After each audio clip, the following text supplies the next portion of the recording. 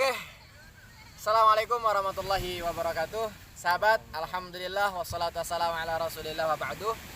Sore ini saya berada di pesisir pantai. Kawasan ini sangat luar biasa, sahabat. Kawasan baru di bagian Lombok Barat, di Batu Layar, di Senteluk namanya. Kawasan tempat sahabat saya ini, tempat saudara saya ini. Dan kawasan ini sekarang lagi trending-trendingnya di Lombok karena keindahan tempatnya dan harganya yang sangat merakyat. Kawasan ini namanya kawasan PKN, Pantai Kampung Nelayan. Pantai Kampung Nelayan.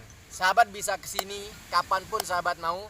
Kalau misalnya sahabat tinggalnya di Hotel Jayakarta atau di hotel-hotel sebelah-sebelahnya, sahabat bisa datang ke sini menikmati seperti apa kehidupan ya para nelayan yang ada di kampung ini. Dan sekarang saya tidak berbicara mengenai nelayan dan lain sebagainya, tapi saya berbicara mengenai umroh yang sahabat selalu tanyakan, kapan umroh akan dibuka dan seperti apa persyaratan-persyaratannya dan apa yang perlu disiapkan untuk sahabat-sahabat yang akan umroh di season yang akan datang. Dan alhamdulillah saya bersama sahabat saya, saudara saya ini. Pertama-tama, beliau sekarang sudah punya channel YouTube baru. Saya sudah setahun sahabat, dari awal saya nge-YouTube, saya ajak beliau tapi beliau menolak pada saat itu. Sekarang setelah lama saya provokasi, alhamdulillah beliau mau, karena sumber mengenai umroh itu dari beliau. Masya Allah. Dan sahabat harus subscribe di sini channel beliau. Raden Sasak namanya. Ya, sahabat harus subscribe kalau untuk sahabat-sahabat yang mau tahu mengenai umroh. Atau nanti sahabat mau tanya-tanya mengenai paket-paket umroh dan lain sebagainya. Ini nggak di sponsor sih sahabat, nggak di endorse, tapi harga teman emang nggak bisa dibayar. Tapi ya udah, beliau adalah salah satu kepala cabang perwakilan salah satu travel yang ada di Indonesia ini.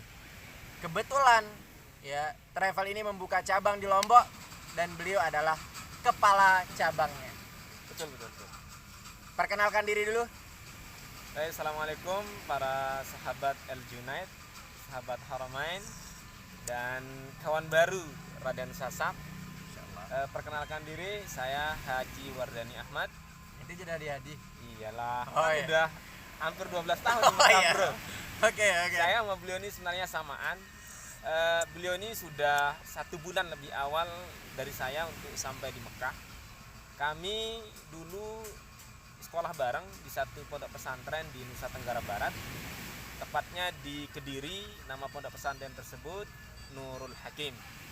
Nah, setelah kami lulus di tahun 2008, kami melanjutkan perjalanan hidup yang kami rangkum dalam sebuah pengabdian kepada para tetamu agung Allah Subhanahu wa taala. Baik para sahabat El Junaid atau sahabat Haramain yang dimuliakan Allah Subhanahu wa taala dan kawan Raden Sasak. Oh, panggilannya kawan. Iya, ya? kawan ya. Oh, nanti kita panggil kawan Raden Sasak, Bro. Mantap. Iya.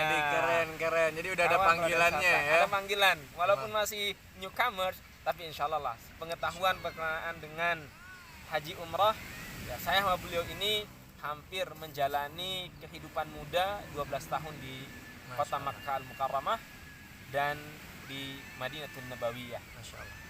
Saya terbuka saat ini karena beliau memang banyak permintaan untuk pertanyaan umrah maupun haji, maka saya secara terbuka akan menjawab apa sih yang perlu ditanyakan untuk haji dan umrah. Enggak, Bro? Pertama-tama berapa bulan udah di sini? Saya sudah hampir awal Maret itu sudah keluar dari Mekah waktu itu. Tepatnya pada tanggal 28 Februari saya balik dari bulan. Iya, lebih kurang 7 bulan saya balik dari Mekah. Dampak paling terasa selama 7 bulan ini di Covid inilah. Kita berbicara Covid dulu sahabat. Iya, siap. Apa? Kalau saya sih kerinduan, bro. Kerinduan. Nah, itu yang sahabat harus ingat, bahwa kita ya, masa muda kita itu kita habisin di dua tanah haram, di Haramain. Tapi kerinduan kita itu lebih besar daripada waktu yang kita sudah habiskan. Dan itu yang kita selalu bayangin tiap malam, bagaimana rasanya tawaf, bagaimana rasanya sa'i, bagaimana rasanya bertemu dengan Nabi di Nabawi. Ada, pokoknya itu. Dan sekali lagi sahabat harus subscribe channelnya. Oh siap. Itu sih sebenarnya. Raden Sasak. Raden Sasak. Jadi Terus, kerinduan. kerinduan. Paling besar adalah rindu. Gini aja, Mas Jun atau Ustadz Junaidi. Kalau saya sih panggilnya Ustadz Junaidi. Enggak Ustaz. Ya, karena beliau ini juga Ustadz. Gini, setiap kali kemudian saya buka channel atau nonton live Saudi, itu selalu terasa rasa rindu. Kadang 15 menit nonton secara live itu nggak terasa loh, air mata itu netes ya karena kerinduan tadilah. Itu yang paling berdampak bagi saya, kerinduan ingin kembali ke Baitullahil Haram. Kalau antum sendiri gimana? Kalau saya, sahabat pasti tahu lah, semua yang ada sekarang kita sahabat sama-sama buat itu semua karena kerinduan, semua karena cinta. Kalau bahasa lebaynya sih, dari kita buat sama-sama buat masjid atas nama Haramain, yayasan atas nama semuanya, yaitu bentuk cinta sebenarnya akan dua tanah haram. Masya Allah. Kemudian Apalagi mau ditanyain? karena rencana saya akan balik mungkin kalau jadi ini sahabat tanggal 19 Oktober ini, dan kita pun yang tinggal di sana, kata teman-teman yang masih tinggal di sana itu sulit untuk izin umrohnya. Apa yang akan disiapkan oleh sahabat-sahabat kita yang dari sini untuk umroh yang akan datang? Baik, pertama-tama saya ingin menyampaikan informasi resmi. Itu yang pertama. Informasi resmi dari Kementerian Haji Saudi Arabia. Saya rasa semua sudah ketahui, sudah di-share di publik, baik media lokal ataupun interlokal, dan sudah dikonsumsi di Indonesia. Pertama itu adalah Kementerian Haji Saudi Arabia melakukan sebuah kajian bergandengan dengan Kementerian Kesehatan dan Keamanan. Oke. Jadi dilakukan sebuah percobaan tepatnya pada tanggal 4 Oktober kemarin. Pada tanggal 4 Oktober itu dibuka untuk mawatin. Mawatin itu maksudnya adalah penduduk tempatan, wal mukim. Mukim ini identik kepada Kita lah. kami-kami, kita-kita, sahabat-sahabat kita luar negara Saudi yang tinggal di Saudi Arabia. Jadi kuota yang dipersiapkan itu 6.000. 6.000 itu dibagi 24 jam. Silahkan dibagi 6.000 bagi 24 jam. Siklus itulah kemudian diputar. Bagaimana cara mendapatkan izin untuk masuk? Itu melalui dua fase atau dua tahapan yang dikelola melalui smartphone. Smart access untuk hari ini. Pertama dia menggunakan I'tamarna. Kemudian yang kedua menggunakan, sebentar dulu, kita pernah baca belum? Apa itu yang satu lagi? Lupa satu. Umrotana kalau nggak salah, antara I'tamarna wa Umrotana. Jadi kita akses, kita masukkan nomor ID, kemudian dari situ nanti keluar jadwal untuk kita bisa masuk ke Masjidil Haram. Fase kedua itu tepatnya nanti ya, pertepatan antum balik tanggal 19 ya. Satu hari sebelum tanggal 19, tepatnya tanggal 18, itu akan dibuka fase kedua. Kalau tidak salah 75% dari kapasitas Masjidil Haram dipergunakan untuk orang sholat. 15.000 itu untuk orang umrah. Tepatnya nanti baru kemudian dibuka secara umum dan mengikut kajian pemerintah Saudi itu pada tanggal 1 November.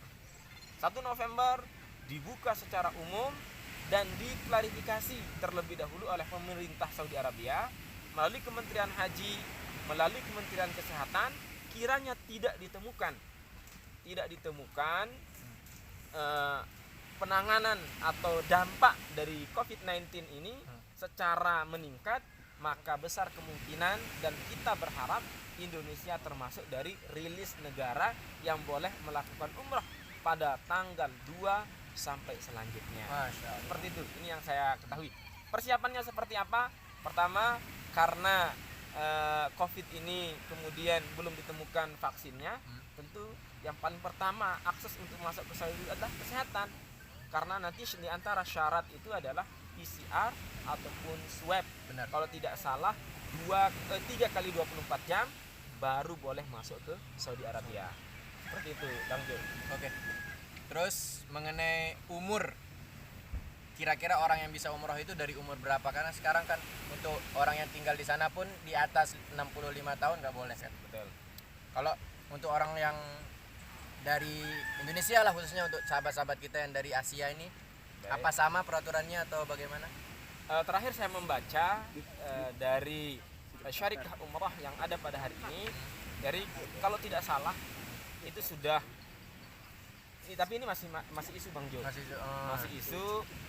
Batas anak kecil itu adalah 15 tahun. Kemudian batas dewasa atau maksimal umum itu pada umur 50 tahun. Jadi ini sangat sulit untuk kita masih belum pasti ya. Iya, walaupun ini belum pasti, walaupun sifatnya dasar khusus, tapi cukup meresahkan.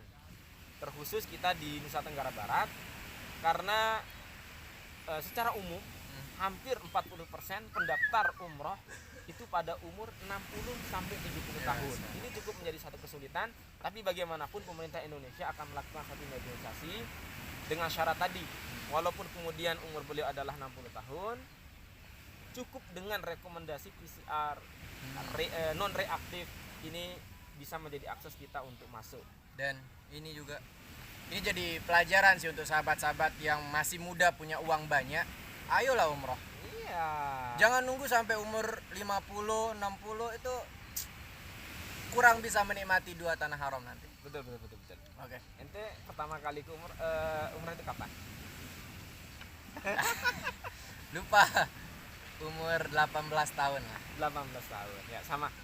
Jadi kami ini pertama kali umrah dan haji tepatnya pada umur 18 tahun. Dan alhamdulillah belum, kita libur haji itu sekarang.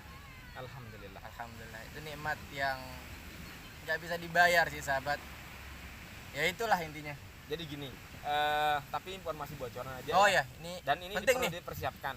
Saya rasa ini yang harus bersiap itu adalah travel. Oh. Kenapa saya bilang begitu? Gini Ini maksud penting saya. nih. Gini. Ini sangat penting sekali. Oke. COVID-19 ini merubah segalanya dalam sistem haji dan umrah. Jadi para pelaku travel itu sudah tidak khawatir dengan penerbangan, tidak khawatir dengan hotel, karena sudah pasti itu semua akan berkurang. Maksud saya berkurang di sini adalah berkurang kapasitas. Yang tadinya anggap saja nih Airbus, kemudian Boeing 777 itu paling tidak di angka 435. Kalau kemudian itu dipangkas besok sampai 70%, benar. kan menjadi satu ini. Nah, kemudian begitu juga dengan hotel yang tadinya adalah kapasitasnya quad 4, bisa saja Jadi besok 2 atau maksimal 3 people. Jadi pertempuran sejati itu adanya bagaimana Anda mendapatkan visa. Jadi di situ. Jadi inti kita adalah bagaimana kita mendapatkan visa. Tapi sahabat harus tahu, Gimana? travel yang beliau bawa itu adalah provider visa. Siap. Salah satu provider visa terbaik yang ada di Indonesia. Alhamdulillah. Ini harus ditonton sebenarnya ini sama Bos Travel Masya Allah. yang beliau ini biar tahu kalau saya promosiin travelnya juga sih di Masya sini. Allah. Insya Allah nanti kita sampaikan biar di endorse. Dan apakah biaya akan naik? Nah ini yang paling penting. Apakah biaya akan naik? Baik. Per paketnya berapa? Apa seperti kemarin yang misalnya sahabat ya paket 1 minggu 23 jutaan atau besok mungkin lebihnya berapa persen dari itu? Baik, sahabat Haramain, yang rindu ingin berjumpa dengan Ustadz Junaidi di Dua Tanah Haram. Ustadz, terus Ustadz ya. Jadi Covid ini memang berdampak besar. Berdampak untuk pariwisata pada umumnya, baik wisata umum ataupun wisata religi. Seperti yang saya sampaikan tadi, transportasi udara itu memang sangat-sangat berdampak. Dari sebelum kemudian kita terbang sampai kita di tempat tujuan. Begini Bang, kalau tadi saya bilang hotel yang tadinya 4 akan menjadi 2, ini otomatis akan bertambah biaya. oh iya. Gini, sederhananya seperti ini. Kalau misalnya hotel harganya 400 per malam, diisi 4, di share berarti 100 ribu atau 100 real, maksud kami 100 real per orang. Kalau kiranya nanti hotel yang 4 diisi 2, otomatis 400 dibagi 2, kan sudah ada peningkatan harga. Begitu juga dengan pesawat yang tadinya harus diisi full 100% dari kapasitas tempat duduk seat, maka kemudian kiranya dipotong menjadi 70%, maka akan berdampak besar. Jadi hampir hari ini belum ada satu travel yang berani memastikan diri, baik dalam website ataupun secara umum, menyebar harga pasti. Karena dari Kementerian Saudi sendiri, baik dari perpajakan, karena Saudi hari ini sudah menerapkan pajak. Tadinya kan 5%. Hari ini kalau tidak salah sudah naik ke 15%. Masya Allah. Nah, 15% sistem Itu pajak. semua. Untuk semua. Masya Allah. Termasuk adalah penggarap haji dan umroh. Berarti pajak kita tinggal di sana juga Pasti naik. Yalah, aman terus. lah, insya Allah. Nah, jadi dari mereka sendiri belum menentukan rate visa, rate hotel, rate penerbangan, maka sudah pasti naik. Kalau perkiraan saya mungkin kenaikan ini semoga saja tidak signifikan. Amin Tidak ya Rabb. signifikan. Ya, yang tadinya 23 bisa saja di angka 27. Artinya ada budget yang naik sekitar 4 juta lebih kurang, seperti itulah. Lebih kurang. Tapi kan kemarin beberapa hari yang lalu ada sempat ketemu ya Siapa? sama sosialisasi mengenai umroh dan Oh, lain iya, iya, sebagainya. Itu dengan siapa itu? Ada seorang provider datang, teman dari orang Mesir sih. Datang dari Oh, Mesir. Mereka ingin menawarkan hotel. udah mulai. Mereka menawarkan, cuman hanya memberi informasi. Kalau dari harga belum. Hanya menginformasikan. Salah satu yang informasi yang kami dapat dari mereka ini adalah ya visa tadi. Jadi pertarungan sesungguhnya itu ada Di visa. di visa. Bagaimana travel ini akan mendapatkan visa? Karena haji umroh ini kalau kemudian nih khususnya di Lombok, Jo. Di Lombok kalau kita informasikan kepada calon jamaah karena Covid, nanti Covid bisa mendatangkan mati. Jawabannya satu. Itu yang kami harapkan. Itu. Ingin meninggal di Mekah ternyata. Saya jadi ingat. Luar biasa. Benar-benar itu. Dan saya juga punya doa yang sama dengan orang-orang yang berkata seperti itu. Sebagaimana doanya sahabat Umar dulu. Masya Allah, Umar radhiyallahu anhu. Umar radhiyallahu anhu, beliau berdoa, ya Allah jadikan aku syahid di jalanmu dan mati di negeri Rasulmu. Masya Allah. Ya, pertanyaan yang selalu kita tanyakan kepada jamaah yang sudah di sana memang agak takut sih kalau mati. Siapa yang ingin mati? Tapi itu adalah bentuk kerinduan. Kadang-kadang kita tidak berpikir tentang umur lagi kalau kerinduan itu sudah sampai ke puncaknya. Luar biasa. Jadi sahabat harus tambah kerinduannya lagi, tambah lagi dengan cara sahabat pupuk kerinduan itu dengan tonton terus Haramain, tonton terus channel-channel kita. Masya Allah. Karena channel kita nggak akan jauh dari Dua Tanah Haram itu. Masya Allah. Kita nggak akan bisa sahabat ikut prank-prankan, giveaway dan lain sebagainya. Paling ya mentok kita akan subuh ke Masjid Nabawi, subuh ke tawaf, sa'i, tahallul gitu-gitu terus. Tapi sahabat berkahnya Dua Tanah Haram ini kita nggak pernah jenuh untuk melihat itu. Wallahil 12 tahun kita selalu melihat sesuatu yang sama. Kita belum pernah berkata jenuh saya umroh. Nggak pernah. Selalu saja rindu. Dan sekali lagi untuk sahabat-sahabat yang butuh informasi mengenai umroh dan lain sebagainya, sahabat bisa subscribe channel beliau. Terima kasih. Saya nggak Newcomers. akan ngomong panjang lebar di sini. Nanti beliau akan jelaskan di channel beliau mengenai apa-apa yang perlu disiapkan sebelum berangkat umroh, bagaimana persiapan Hamin berangkat umroh, insya Allah akan lengkap di sana. Karena ya di kantor beliau dari koper sudah banyak, ya, tas-tas tentengan udah banyak. Jadi informasi mengenai persiapan umroh itu akan lebih lengkap di beliau nanti. Siap. Oke, caranya gampang supaya beliau tetap mau YouTube, subscribe channel beliau dan Siap. komen. Siap.